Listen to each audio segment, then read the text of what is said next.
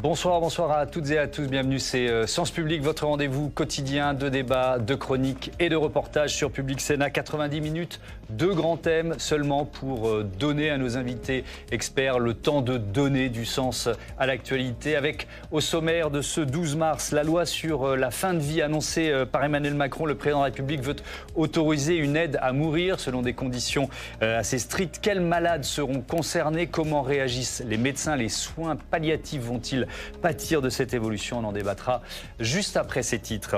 Et puis dans la seconde partie de notre émission, retour sur cet engagement pris par la nouvelle ministre de la Culture, Rachida Dati.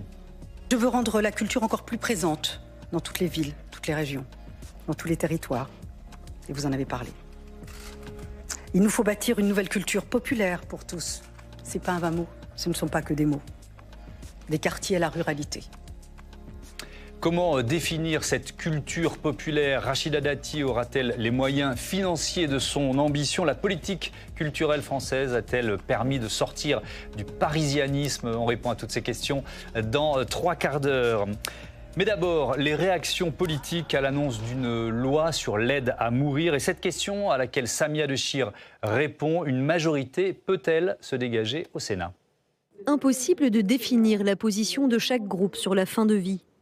Comme pour tous les sujets de société, les chefs de file laissent une totale liberté de vote à leurs troupes. Majoritaires au Sénat, les Républicains sont partagés. C'est dans leur rang que l'on compte le plus d'opposants au projet de loi sur l'aide à mourir, à commencer par le président du groupe. Ça va faire peser demain sur chacun d'entre nous cette idée qu'arrivé au crépuscule de la vie, eh bien, chacun se posera la question, est-ce que pour soulager l'entourage, est-ce qu'il ne faut pas que je quitte la scène? Est-ce qu'il ne faut pas que je demande la mort? On entre dans une voie qui me paraît très très dangereuse. À gauche, en revanche, une majorité des élus devrait se prononcer en faveur d'une aide à mourir. À titre personnel et à titre politique, nous sommes favorables à une évolution de la loi qui permette finalement à une personne de faire le plus grand choix de sa vie. Donc voilà, ayons le courage d'aller jusque-là comme notre pays l'ont fait au niveau européen. Mais au Sénat, les voix de la gauche ne seront pas suffisantes pour faire adopter le projet de loi sur l'aide à mourir. Les centristes pourraient alors jouer un rôle décisif. Plusieurs d'entre eux seraient prêts à voter le texte à certaines conditions. Il y a des sujets sur lesquels je ne transigerai pas. La question de la clause de conscience des médecins, la question de la collégialité, la question de la participation de la famille au choix de la personne. Vous voyez, toutes ces questions, elles doivent être abordées, mais je pense qu'on ne peut pas se dire on touchera à rien. Parce qu'aujourd'hui, il y a une volonté de la société, il y a des évolutions dont on doit tenir compte. Les indécis attendent de connaître les détails du projet de loi sur l'aide à mourir. Ils seront dévoilés au mois d'avril, lors de la présentation au Conseil des ministres. Le texte sera ensuite examiné fin mai à l'Assemblée nationale et ne devrait pas arriver avant l'automne prochain au Sénat, de quoi laisser largement le temps à chacun de se forger une opinion. Les malades concernés, la réaction des médecins, la question des soins palliatifs, évidemment. On en débat tout de suite avec Philippe Loéac. Bonsoir et bienvenue. Vous êtes délégué général de l'Association pour le droit à mourir dans la dignité. Isabelle Marin, bonsoir et bienvenue. Vous êtes médecin en soins palliatifs et auteur avec Sarah Piazza de ce livre Euthanasie, un progrès social, point d'interrogation, aux éditions Feedback. J'accueille Kenza Okansé, bonsoir et bienvenue, vice-président du Conseil économique, social et environnemental. Et vous étiez membre de du comité de gouvernance de cette convention citoyenne sur la fin de vie. Et Asdine Ahmed Chaouch, bonsoir Asdine, bienvenue à vous, éditorialiste politique. Peut-être des questions assez générales. Premier tour de table pour commencer. Philippe Loéac, je démarre avec vous. Est-ce que vous êtes globalement satisfait de voir Emmanuel Macron tenir sa promesse de candidat? Alors nous sommes satisfaits de voir que nous avons enfin un calendrier. Mon collègue de gauche a présidé s'est occupé de la gouvernance de cette convention citoyenne. Et donc, elle a remis ses conclusions le 2 avril 2023, ça fait bientôt 1 an. Depuis, on a été, j'allais dire promener, c'est pas un joli mot, mais de calendrier en calendrier, de report en report. Vous aviez peur qu'Emmanuel Macron se dérobe d'une certaine façon? Je ne pense pas que le président de la République, quel qu'il soit, se dérobe, mais je pense qu'effectivement, il reportait. Et que ce report n'était pas bon, parce qu'on considère que tout ce temps qui est perdu à défaut d'une loi qui légalise le libre choix pour chacun, ce sont des patients qui sont en fin de vie et qui vont mourir dans des conditions qu'ils n'ont pas souhaitées. Si on avait légalisé l'aide active à mourir, par exemple, en 2002, comme les Belges, on aurait 20 ans, 22 ans de personnes qui ne sont pas mortes dans des conditions difficiles. Je pense à Catherine Icardi, je pense à Anne Berthe, je pense à d'autres personnes qui ont dû partir à l'étranger, et puis à celles qui ont commis des actes en France parce qu'ils n'ont pas trouvé les possibilités ici de mourir dans leur propre dignité. Donc plus on tarde, et plus c'est au préjudice des patients qui sont dans des situations difficiles. Donc vous nous dites, il était temps, on rentrera ensuite dans le détail des conditions et tout ce que finalement le travail parlementaire va pouvoir apporter à ce texte. Le mot euthanasie, il est soigneusement évité par Emmanuel Macron. Isabelle Marin, pour vous, est-ce malgré tout ce qui s'annonce une loi sur l'euthanasie ? Ça me semble assez évident, oui. Parce que la définition de l'euthanasie, c'est bien que quelqu'un, en particulier là, il y aura les médecins qui ont décidé, propose aux patients de l'aider à mourir. Dans les propositions de M. Macron, il y a d'abord le suicide assisté, qui est une chose qui est déjà bien encadrée dans d'autres pays, puisque la personne pourra prendre elle-même la médication nécessaire, ou alors quelqu'un qui la lui donnera, ce qui s'appelle une euthanasie. Alors, très étonnamment, M. Macron dit que l'euthanasie, ce n'est pas une euthanasie parce qu'il y a besoin d'un consentement. Mais dans tous les pays qui ont légalisé l'euthanasie, c'est toujours avec le consentement du malade. On n'a pas de pays qui a légalisé les euthanasies sans consentement. Vous y êtes opposé à cette loi ? Alors, déjà, ce que je regrette, c'est que c'est une loi fourre-tout. On met d'une part les soins palliatifs, sur lesquels il y a un grand consensus quand même. On en parlera largement. En disant d'ailleurs que c'est quand même une condition. Il faut que les gens puissent avoir accès aux soins palliatifs. Or, toute cette première partie est totalement vide. C'est-à-dire qu'on nous propose, je crois, 1 milliard sur 10 ans, ce qui fait par an beaucoup moins, ce qui fait en fait 6% de plus, ça veut dire rien.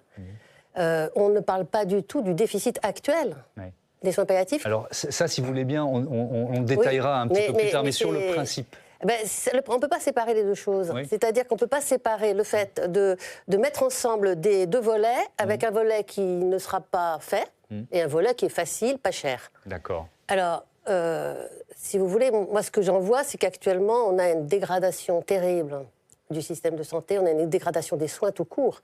Et donc, on met les gens dans des conditions où le choix sera... Il n'y a pas de choix. Enfin, vous parlez d'un choix. C'est compliqué, les choix, quand on est très malade. C'est encore plus compliqué quand on est peu ou pas soigné, quand on est peu ou pas reconnu, quand on est méprisé, et quand la société vous dit, par l'intermédiaire de cette loi, que votre vie, franchement, ne vaut pas la peine. Donc voilà, la loi, c'est pour la norme et pas pour l'exception. Bon. Kenza Okonse, ce projet de loi, est-ce qu'il tient compte des travaux de la Convention citoyenne sur la fin de vie ? Oui. Alors, conforme à ce que vous aviez finalement collectivement mis au point, ou décidé ou proposé? Alors, on attend encore les détails, évidemment, pour savoir jusqu'où ça va aller. Mais globalement, oui, la Convention citoyenne a rendu des travaux, c'est vrai, il y a bientôt 1 an. Ça a pris du temps. Et maintenant, 9 mois de travaux un peu moins. En soi, à partir du moment où on avait les citoyens, ils sont arrivés en décembre. Ils ont rendu début avril leurs travaux. Ça a été 9 week-ends de 3 jours. 9 week-ends. C'est ça, 27 jours de travail où des personnes, 184 citoyennes, citoyens sont réunis. Et on parlait d'un sujet qui pouvait paraître impossible de débattre, impossible de placer au centre d'un débat. Et pourtant, ils ont prouvé que c'était le cas, qu'ils ont pu le faire. Et au terme de ces travaux, ils ont rendu donc ce rapport le 2 avril au président de la République. Et aujourd'hui, déjà, une première victoire qu'on pourrait voir, et ça, c'est exactement en fait ce qu'ont porté les citoyennes et les citoyens de la Convention, c'est de dire qu'il n'y a pas d'opposition entre les soins palliatifs et l'aide active à mourir. Il faut traiter les choses ensemble. Ce ne sont pas deux sujets qui s'opposent. Ce n'est pas soit les soins palliatifs, soit l'aide active à mourir. C'était un point extrêmement important pour les citoyennes et les citoyens qui l'ont porté dans leur avis. Donc aujourd'hui, après tout ce qui s'est passé depuis des mois où on avait entendu potentiellement 2 projets de loi séparés, de voir que les deux sont traités ensemble, c'est déjà une première étape dans la prise en compte de ce que les citoyens ont produit. Et après, rappelons-nous que 75% des citoyennes et des citoyens qui ont participé à la Convention citoyenne se sont prononcés favorables à une aide active à mourir. D'ailleurs, qui ressemblait globalement, même s'il y avait une multitude de scénarios proposés, avec quand même une majorité qui était sur le suicide assisté, avec exception d'euthanasie, donc ce qui semble se rapprocher aujourd'hui de ce qui est proposé. Donc Aujourd'hui, ça va dans le sens de ce que la Convention a fait. C'était une première étape, on a lancé un débat. Maintenant, une autre phase s'ouvre et on va toujours être attentif à ce qui se passera. Évidemment. Je rappelle les conditions prévues pour l'instant dans le projet de loi pour accéder à cette aide à mourir: être majeur, être capable d'un discernement plein et entier, avoir une maladie incurable et un pronostic vital engagé à court ou à moyen terme, ressentir des souffrances physiques ou psychologiques impossibles à soulager. Qui sera concerné? Alors, c'est évidemment très difficile de répondre à ces questions, mais peut-être qu'il faut détailler un peu. On parle beaucoup de la maladie de Charcot, du fait qu'il y a de plus en plus de cas et que peut-être cette loi est rendue aussi nécessaire par la maladie de Charcot. Philippe Lohéac, est-ce que les malades qui souffrent de la maladie de Charcot seront concernés, d'après vous, par la loi? Eh bien, d'abord, la loi n'est pas votée, donc on attend beaucoup du Parlement. C'est un peu trop tôt pour répondre à la question. Les contours qu'en dresse le président de la République, en fixant un pronostic vital engagé à court et moyen terme, va de fait exclure les malades atteints des maladies neurodégénératives type Charcot de ces dispositifs, parce que lorsqu'on est à court ou moyen terme dans son pronostic vital, alors on est déjà dans les stades très avancés de la maladie de Charcot. Et ce que demandent les malades de Charcot, c'est de pouvoir avoir une liberté, un choix, une option à saisir ou pas, avant les stades compliqués. Donc vous souhaiteriez que le travail parlementaire aille un peu plus loin que ce qui est écrit pour l'instant dans le projet? Aujourd'hui, on sait que quand on fixe le stade court ou moyen terme pour le pronostic vital, on exclut les maladies neurodégénératives. Quand, comme le président de la République le fait, on indique une collégialité qui ressemble à un contrôle a priori, comme ça se passe en Espagne, on sait qu'on va exclure tous les malades qui ont des maladies avec une évolution assez rapide, comme les cancers. Et en Espagne, le nombre de personnes en proportion qui bénéficient de l'aide active à mourir et qui est atteint d'un cancer est en très forte baisse par rapport à ce qui se passe en Belgique. Donc en fait, avec les contours de la loi tels que la présente le président de la République, on risque de ne pas vraiment atteindre les malades atteints de maladies neurodégénératives et de ne pas vraiment atteindre non plus ceux qu'ils souhaitent atteindre en priorité, c'est-à-dire les malades atteints de cancer. Donc en fait, on va avoir une loi qui va, mais on l'attend, qui va être enrichie par les députés. Et les sénateurs. Et les sénateurs, j'allais y venir, parce que dans le reportage qu'on a vu tout à l'heure, on disait que le Sénat, il y a une forte opposition. Je rappelle que la PPL de Marie-Pierre de La Gontrie, en mars 2021, n'avait pas été votée à 19 sénateurs de différence. Ça veut donc que 10 voix à faire basculer. Et les 10 voix, on les fera basculer. PPL, je le rappelle, même si nos téléspectateurs sont habitués, proposition de loi. Je reprends les termes, Isabelle Marin, souffrance impossible à soulager. De quoi s'agit-il? Moi, je suis médecin. Donc, moi, quand quelqu'un souffre, ma question, c'est comment je vais le soulager. C'est pas de faire un diagnostic de souffrance impossible à soulager. Donc, je fais tout ce que je peux pour le soulager. Et normalement, on peut. Normalement, on peut. C'est-à-dire que les douleurs physiques, on a à peu près tout l'arsenal qu'il faut. Après, la souffrance, c'est complexe, comme la douleur physique. D'ailleurs, c'est très multifactoriel. C'est-à-dire que c'est bien sûr qu'il y a des lésions physiques, mais c'est pas le plus important dans la douleur et dans la souffrance.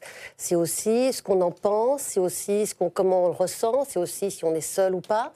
Et sur tout ça, il y a des tas de possibilités pour faire quelque chose. En tout cas, les soins palliatifs, c'est ce qu'on fait. Et j'ai aussi fait une consultation de douleur chronique pendant des années. Et en effet, on arrive avec du temps, on arrive avec beaucoup de choses. Oui. Mais il y a un moment où ça devient impossible de soulager ces souffrances. Je ne sais pas, je pose la question. Mais c'est vous qui le dites. Oui. Dire que c'est impossible, c'est de ne pas avoir pensé que les choses peuvent changer. Et quelquefois, les choses peuvent changer même sans que nous soyons maîtres de ce changement.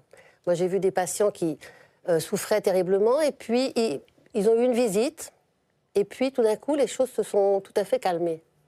Alors, penser que ça ne peut pas être soulagé, c'est d'une certaine façon penser qu'ils sont déjà morts. C'est un peu ce que dit la loi déjà. Chez nous, vous parlez d'aide à mourir, nous on aide à vivre. Après, la mort arrive et on ne fait rien, ni contre, ni pour. Elle arrive. Philippe Lohéac, votre réaction? Oui, simplement, dans les pays qui ont légalisé l'aide active à mourir, je parlerai d'un pays qui n'est pas un modèle pour nous et qui est un État, qui est l'Oregon. 95% des personnes qui bénéficient d'une aide active à mourir sortent des soins palliatifs. En Belgique, 50% des aides actives à mourir se font en collaboration avec les services de soins palliatifs. Est-ce à dire que les soins palliatifs en France sont si performants que la situation est différente? Je rappelle au passage que le CCNE lui-même indique que... CCNE, pardon. Pardon, Comité consultatif national d'éthique, dans son avis 139 de septembre 2023, 22, indique qu'il existe des douleurs réfractaires physiques et psychiques. Vous nous dites, docteur, que vous savez les apaiser. Le CCNE nous dit qu'il n'est que non, toutes les douleurs ne peuvent pas être apaisées. On entend tout à fait la position qui est la vôtre et elle est fort respectable. Il y a des médecins qui sont engagés dans quelque chose qui consiste à ne pas être en capacité de poser un geste qui reste un geste d'importance. Personne ne le conteste. Je remarque néanmoins que dans le débat actuel, il y a aujourd'hui des médecins de soins palliatifs qui disent « nous ne nous reconnaissons pas dans la parole de ces médecins de soins palliatifs qui disent « ça n'est pas compatible ». Allez, un mot de réponse là-dessus et ensuite on juste avance. Juste parce que vous mettez plusieurs choses différentes dans la balance là. Dans les pays qui ont légalisé l'euthanasie, on sait par exemple que, en effet, la proportion, par exemple, en Belgique, des cancers a beaucoup diminué et que c'est maintenant les personnes âgées qui vont se faire euthanasier en Belgique. Et nous sommes dans un pays capitaliste. Dans un pays capitaliste, c'est pas la demande qui fait l'offre, c'est l'offre qui fait la demande.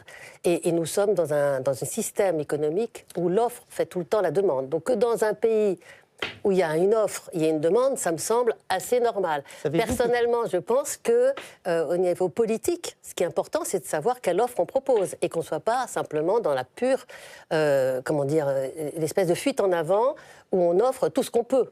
Cuba a légalisé. Est-ce un pays capitaliste ? Cuba est malheureusement dans le même système mondial, excusez-moi, mais pour l'instant...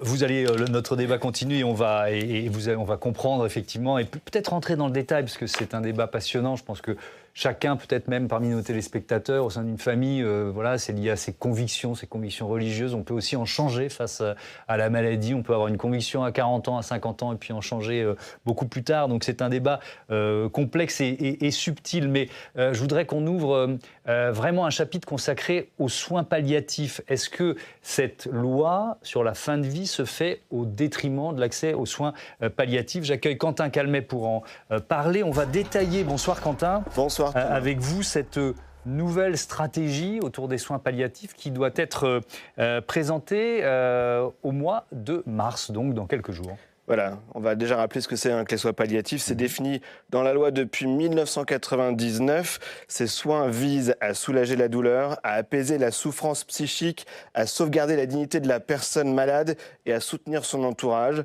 Effectivement, le chef de l'État en a fait un des axes importants du projet de loi sur la fin de vie.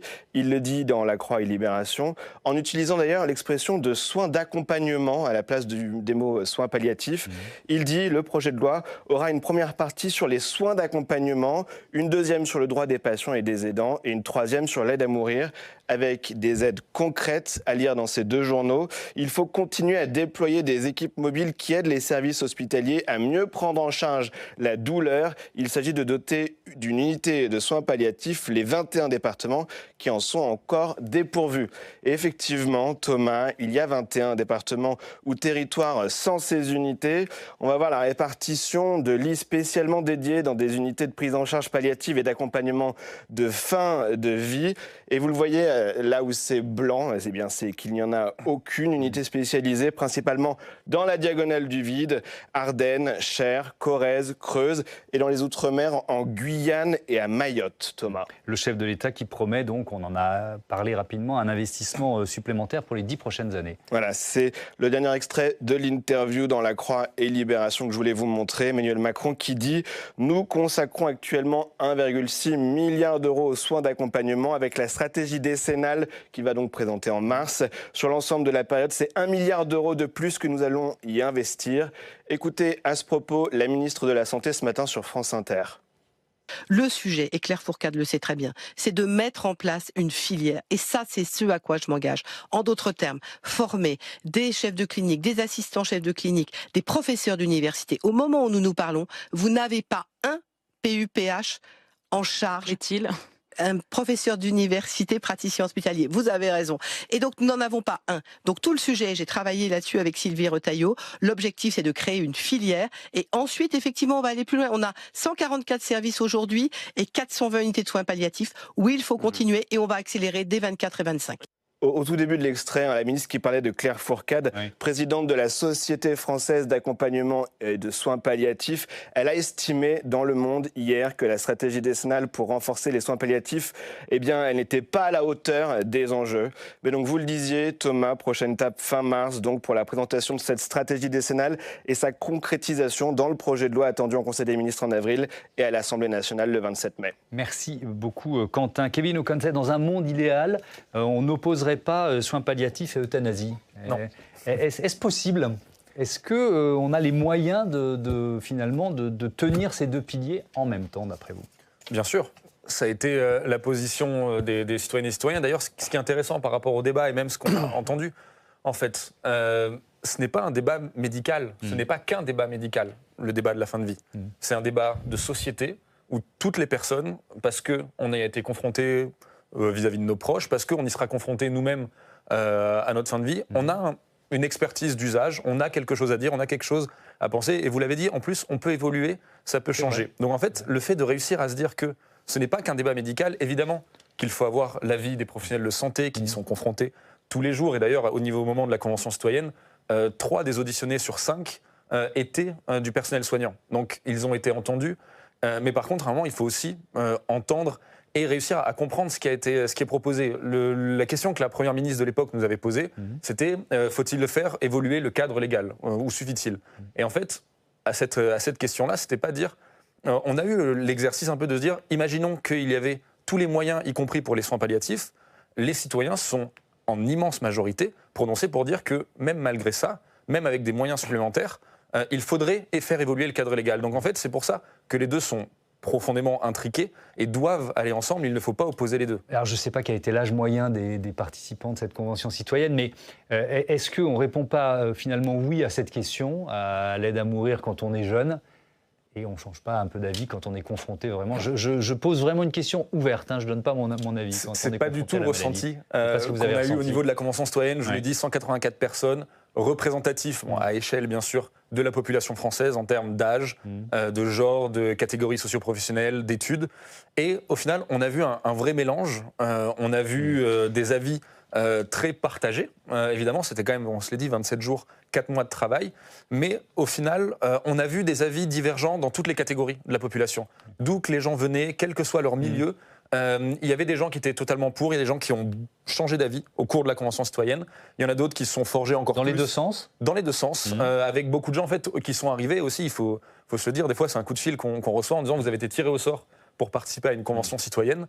Les gens arrivent sans forcément d'idées absolument construites sur la question, surtout sur une question aussi compliquée. Donc on a vu les gens évoluer et surtout, je voudrais terminer là-dessus, on a vu des gens réussir à se mettre d'accord au-delà de leurs dissensions. C'est-à-dire, je vous l'ai dit, les 3/4 des conventionnels, à la fin, ont dit qu'ils étaient pour une aide active à mourir. Mais en fait, 75% ont demandé ça. Ce sont 93% des membres de la Convention citoyenne qui ont voté le rapport final. Donc en fait, c'est se dire que sur ce sujet, je trouve ça compliqué de dire que quelqu'un a raison, quelqu'un a tort. On ne peut pas dire à quelqu'un, quand il est confronté à la mort, qu'il a raison ou qu'il a tort d'avoir son avis. Par contre, la Convention citoyenne a prouvé que sur le sujet soins palliatifs, sur le sujet aide active à mourir, on était capable de poser en tout cas un constat et des solutions ensemble. On verra si cette concorde est possible au Parlement, à l'Assemblée, puis au Sénat. Ce sera un petit peu plus tard dans notre débat. Je reste sur la question des soins palliatifs. Isabelle Marin, pour vous aussi, c'est insuffisant, pas à la hauteur des enjeux. Vous nous l'avez dit tout à l'heure rapidement, mais je veux bien que vous nous détailliez pourquoi ce milliard supplémentaire ne suffit pas, d'après vous. C'est très important d'avoir la filière dont parle Mme Fourcade et Mme la ministre, et ça serait important de l'avoir. Pour l'instant, on est très très loin de l'avoir. Là, actuellement, moi, je suis retraitée, mais je travaille en Bourgogne parce que je suis dans la diagonale du vide et qu'il n'y a pas un médecin là-bas. Et je me retrouve médecin d'une équipe mobile de soins palliatifs à 20%, seul médecin pour la moitié d'un département. Il y a les moyens financiers, mais il n'y a pas les gens. Donc actuellement, vous savez peut-être que l'hôpital est en crise, vous savez peut-être que les professionnels sont en crise. Plusieurs débats, évidemment. Vous savez peut-être que les soins sont compliqués. Dans ma diagonale du Ville, quand on a mal aux dents, il faut aller à Paris ou à Dijon, mais on ne peut pas soigner sur place, etc. C'est-à-dire que les patients que je vais voir, moi, à Vito ou à Saulieu, ils ne peuvent pas sortir de l'hôpital parce qu'il n'y a personne pour s'occuper d'eux à la maison. Il n'y a pas d'auxiliaire de vie. Parce que les soins palliatifs, ce n'est pas seulement les experts et les professionnels. Les soins palliatifs, c'est les soins, et les soins de confort et les soins quotidiens. Et ça, on est bien loin de pouvoir y avoir accès. On a vu le scandale des EHPAD. Il paraît que ça va mieux. Moi, je n'ai pas vu que ça aille mieux. Mais on voit à la maison, on n'a pas... Les médecins généralistes ne font plus de visites à domicile. Vous n'avez pas d'auxiliaire de vie pour s'occuper de vous. Vous avez peu d'infirmières. L'HAD est débordée et elle nous accepte qu'un malade sur 2, l'hôpital à domicile, l'HAD. Donc, pour l'instant, ce qu'il faudrait comme moyen, c'est bien au-delà de renforcer la filière. Et donc, votre crainte, c'est que cette loi, quand elle sera votée, si elle est votée, finalement, avec ce constat d'une médecine française, d'une santé notamment hospitalière en crise, je ne pense pas que ce sera réglé dans les 6 mois, la situation et la nouvelle loi poussent les patients et leur entourage à choisir l'aide à mourir, un peu, entre guillemets, contraint et forcé. Je vais vous raconter l'histoire d'un... Alors là, c'est il y a longtemps, mais c'était un vieux monsieur que j'avais dû soigner et qui avait plein de métastases. Donc il était en effet avec pas mal de douleurs. Donc on avait réussi à soigner à peu près, mais tous les jours, on lui demandait quand il avait quitté l'hôpital. Ce monsieur habitait un 6e étage sans ascenseur avec sa femme, qui était très vieille comme lui, et qui était incapable d'assumer. Tous les jours, le chirurgien venait avec la surveillante pour lui demander quand il pouvait rentrer chez lui. Et lui me disait, je veux en finir, c'est pas possible, je peux pas, je veux en finir. Bon, ce monsieur, on lui a trouvé une place, pas en unité de soins palliatifs, il n'y en avait pas à l'époque, mais dans un service de long séjour, et il était tout à fait content. D'ailleurs, la douleur s'est beaucoup diminuée parce que la douleur, comme je vous le dis, c'est multifactoriel et qu'on a plus mal quand on est très angoissé, par exemple, quand on vous dit que vous n'avez plus de place, qu'il faut que vous partiez, etc. Et donc, voilà. Donc là, actuellement, ce qui se passe pour les patients que je vois, c'est bien ça. C'est que quand vous n'avez pas les soins qu'il faut, quand on vous dit qu'on ne va pas vous changer de couche avant 24 heures et que vous allez rester dans le pipi pendant 24 heures, ben peut-être que vous allez dire, bon, ben maintenant ça va, je passe l'éponge. Ouais, Philippe Lohéac, votre avis là-dessus, notamment, soyons concrets, dans ces 21 départements où aujourd'hui il n'y a pas d'unité de soins palliatifs. Excusez-moi, ce n'est pas les unités qui est le plus important. Les unités, c'est pour très peu de patients. Oui. C'est l'ensemble des soins. Bon. Est-ce qu'effectivement, comment vous réagissez à ce que vient de nous dire Isabelle Marin, c'est-à-dire ce risque que finalement la loi incite des malades à choisir l'aide à mourir, alors que ce n'était peut-être pas leur choix initial? Aux Pays-Bas, où l'aide active à mourir est légalisée depuis 2001, il n'y a pas d'aide active à mourir qui soit consentie. Contrairement à ce que vous avez dit tout à l'heure, docteur, c'est le patient qui demande et le médecin qui consent, et pas le patient qui consent à la proposition du malade. Il n'y a pas d'aide active à mourir qui soit consentie par le médecin sans que le médecin ait l'obligation légale de proposer un parcours palliatif. Et il y a 3% des personnes qui vont décéder qui demandent à bénéficier des soins palliatifs. Mais quand le système de santé ne permet pas de proposer ce parcours de soins palliatifs? Parce que j'essaie de me placer face à la réalité de notre système de santé aujourd'hui, et ça ne va pas s'améliorer d'un coup de baguette magique dans les 6 prochains mois. Est-ce qu'on imagine ce qu'est la décision de mettre fin à ces jours parce qu'on est malade? C'est pas parce qu'on ne... Pardon, hein, c'est pas parce qu'on ne peut pas avoir des couches changées tous les jours qu'on a décidé d'arrêter de vivre. C'est parce qu'on est dans une situation qui ne correspond pas à sa façon d'aborder le reste de sa vie, parce que la vie pour soi n'est plus que de la survie, et puis peut-être parce qu'on ne répond même pas à l'article 1110-2 du Code de la santé publique qui dit « le patient a droit au respect de sa dignité ». La dignité, c'est être respecté. Il a été question tout à l'heure, madame, de mépris dans votre bouche, pas à mon égard, hein, mais qu'il y aura un mépris à l'égard des patients. Le plus grand mépris qu'on peut avoir à l'égard des patients, c'est celui de ne pas les entendre. Le CCNE, Comité consultatif national d'éthique, pour ne pas me faire disputer, indique que sur 2000 cas qui ont été observés par le CCNE, 9% de demandes d'aide active à mourir, dont 3% résiduelles, même si les soins palliatifs sont bien menés. Il y a une demande d'aide active à mourir chez les Français qui est légitime. Et je ne crois pas que c'est parce que... Mais le président de la République propose de modifier ça, que parce qu'on n'a pas de possibilité autre, on a décidé de mettre fin à ces jours. Et d'ailleurs, j'observe que le président de la République, mélange un peu ce qui est les soins palliatifs et les soins d'accompagnement, parce qu'il y a un grand plan sur les soins d'accompagnement proposé par le professeur Chauvin, qui a remis un rapport qui devait être discuté à la fin du mois de février, mais qui a été là aussi reporté, qui propose d'aborder la fin de vie de manière globale, un peu comme les conventionnels le font, c'est-à-dire en créant des maisons d'accompagnement qui permettent de considérer sa fin de vie d'une manière globale, avec une offre globale qui sera faite. Ça va mettre du temps, mais ne disons pas des choses qui ne sont pas la vérité. Non, on ne met pas fin à ces jours parce que pour un défaut de soins. Isabelle Marin, et ensuite on passe au volet un peu plus politique. Moi, ça fait 30 ans que je fais du soin palliatif, hein, même peut-être un peu plus. Et donc, j'ai vu beaucoup de situations et écouté beaucoup de gens et beaucoup de malades. Ce que j'ai remarqué quand même, c'est que quand on est malade, et surtout très malade, on est fragile et on est très dépendant. Et on est dépendant du regard des autres. Et on est dépendant de ce que les autres vous renvoient. Que ça soit sa famille, que ça soit ses soignants.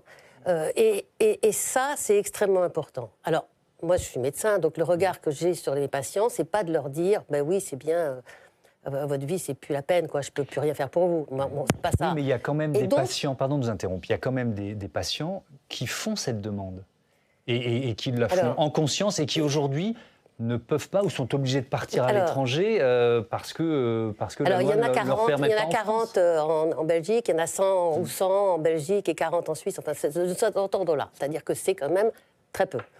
La loi, c'est pas pour l'exception. La loi, c'est pour la norme, et ça donne une norme, et ça donne une vision à la société. Et la vision qu'on donne aux malades, c'est une vision que, en effet, ça serait possible. Enfin... Ce qu'on dit qu'on choisit en toute connaissance de cause, on est une société aussi qui fonctionne uniquement sur l'influence. On a de la publicité partout, on a de l'influence partout. Et quand on serait en fin de vie très gravement malade, fragile, fatigué, on serait plus influencé par le reste. Ça me semble complètement délirant. Kenza Okancé, votre avis là-dessus ? Sur le fait de finalement... cet argument, dire qu'il y a une espèce de pression sociale ou sociétale qui serait mise sur les malades en fin de vie pour faire ce choix. Mais évidemment que ça a été débattu. C'est un sujet d'inquiétude, de questionnement. Et là-dessus, en tout cas, la Convention citoyenne a donné des choses justement qui peuvent permettre d'avancer.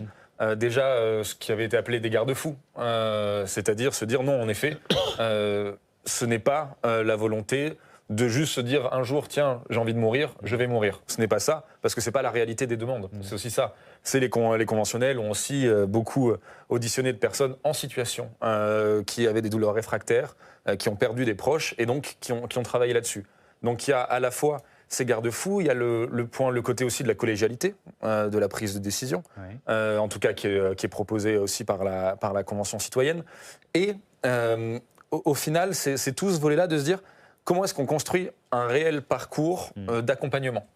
Et c'est pour ça qu'il ne faut pas dissocier les soins de l'aide active à mourir. C'est parce qu'en fait, c'est dans ce parcours-là que justement, ça peut être développé avec des garde-fous.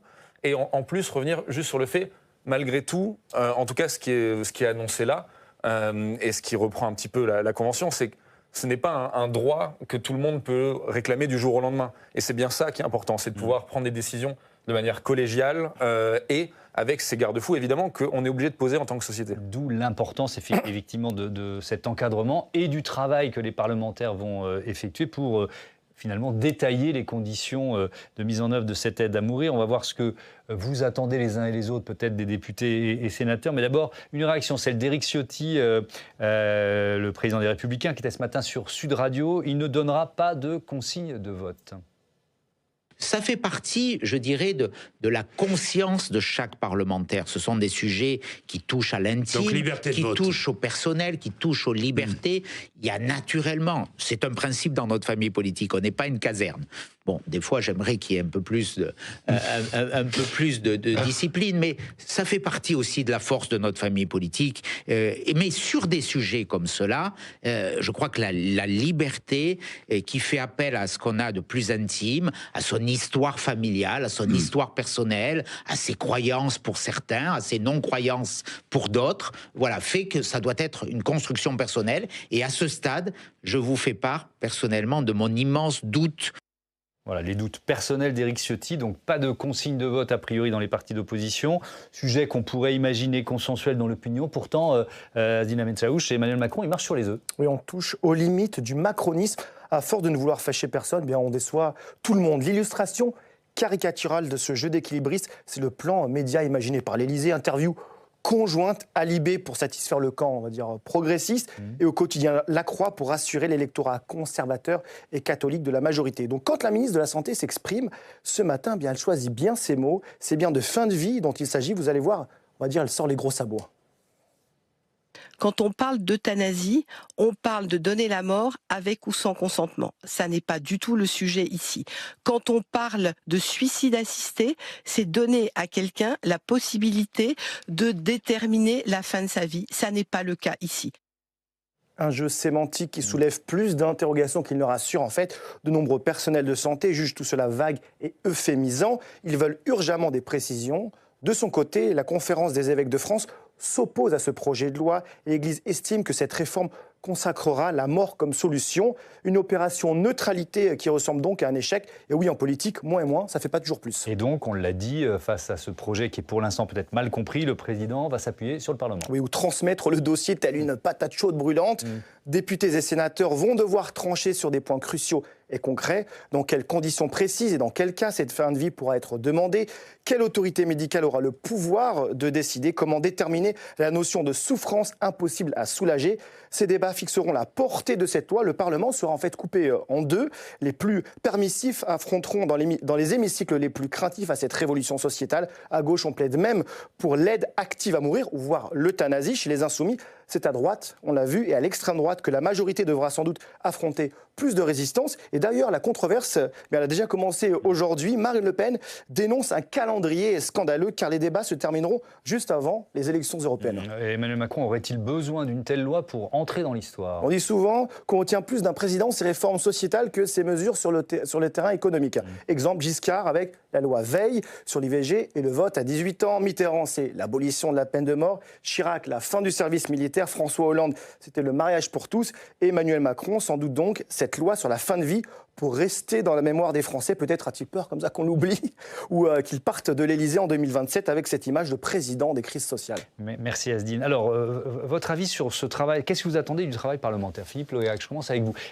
À quel point est-il essentiel pour justement, vous parliez de garde-fous, détailler les conditions d'application de l'aide à mourir? Je pense que le président de la République, pour vous rejoindre, a donné des bases un peu consensuelles.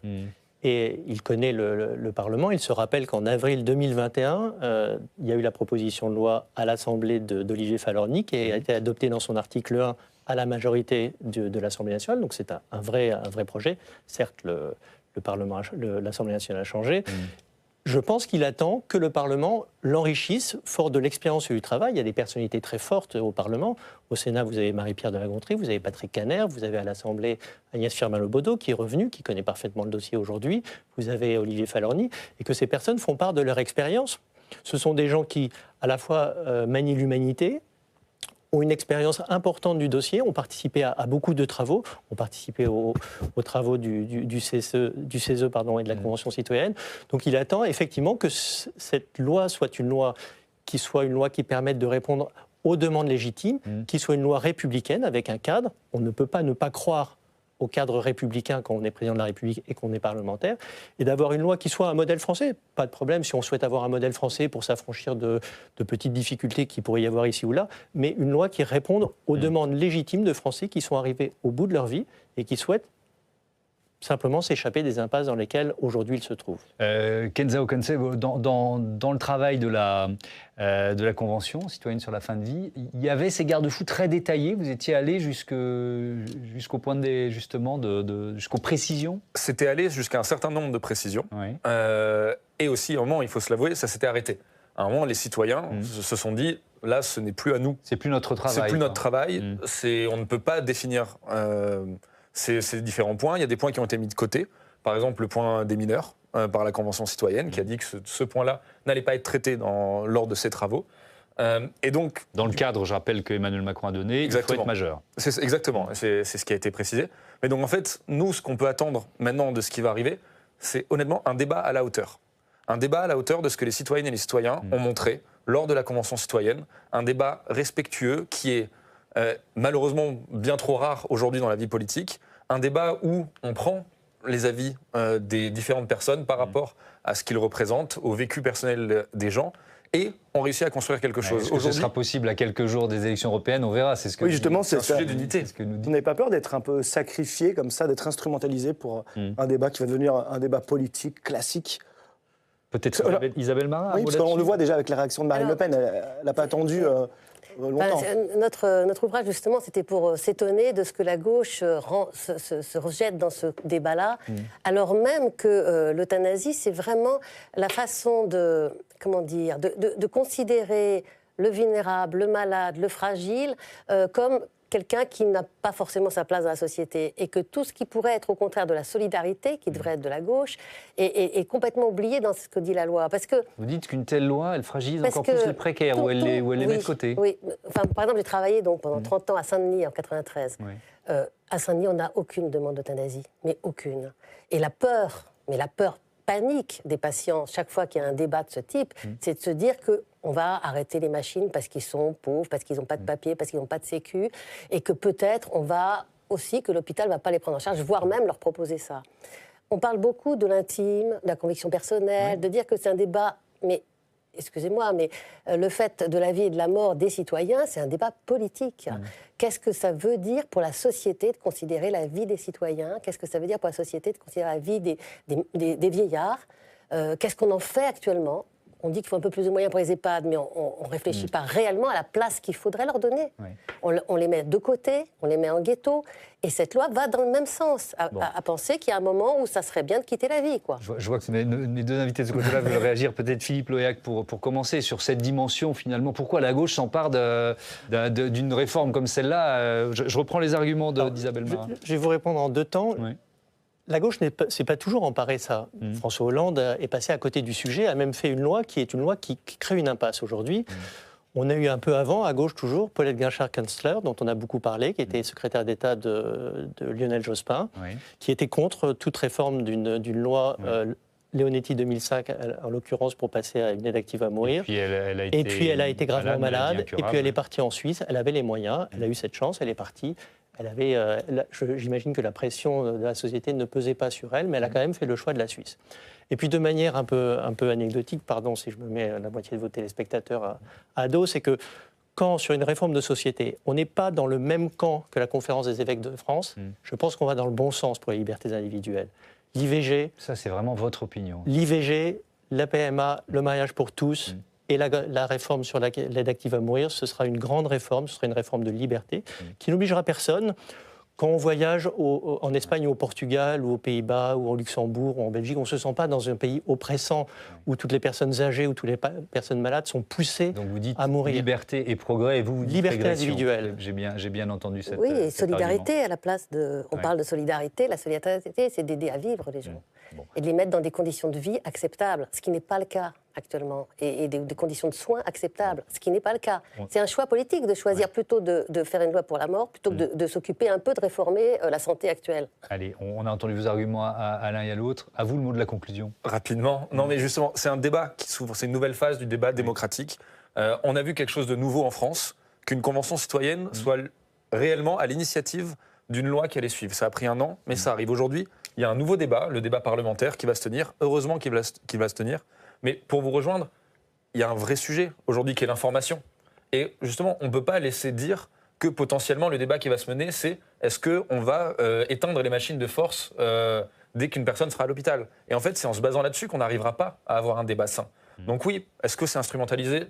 C'est pas à moi de le dire. En tout cas, aujourd'hui, on arrive peut-être dans la dernière phase d'un processus démocratique qui a pris son temps, mais qui arrive enfin, et régulièrement on a ces débats-là, qui arrive enfin peut-être à une conclusion législative. On espère que le Parlement va pouvoir s'en saisir, on espère que le débat sera sain, comme le sujet le mérite, pour pouvoir arriver à quelque chose qui pourra unir sur un sujet qui peut sembler compliqué au premier abord. Oui, je le rappelle, 27 mai à l'Assemblée et après l'été au Sénat. Merci à tous d'avoir participé à ce débat et malgré vos idées contraires, de vous être entendus et respectés les uns et les autres. Isabelle Marin, votre livre qu'on va revoir s'afficher est publié aux éditions Feedback. Voilà, merci encore et à bientôt sur Public Sénat.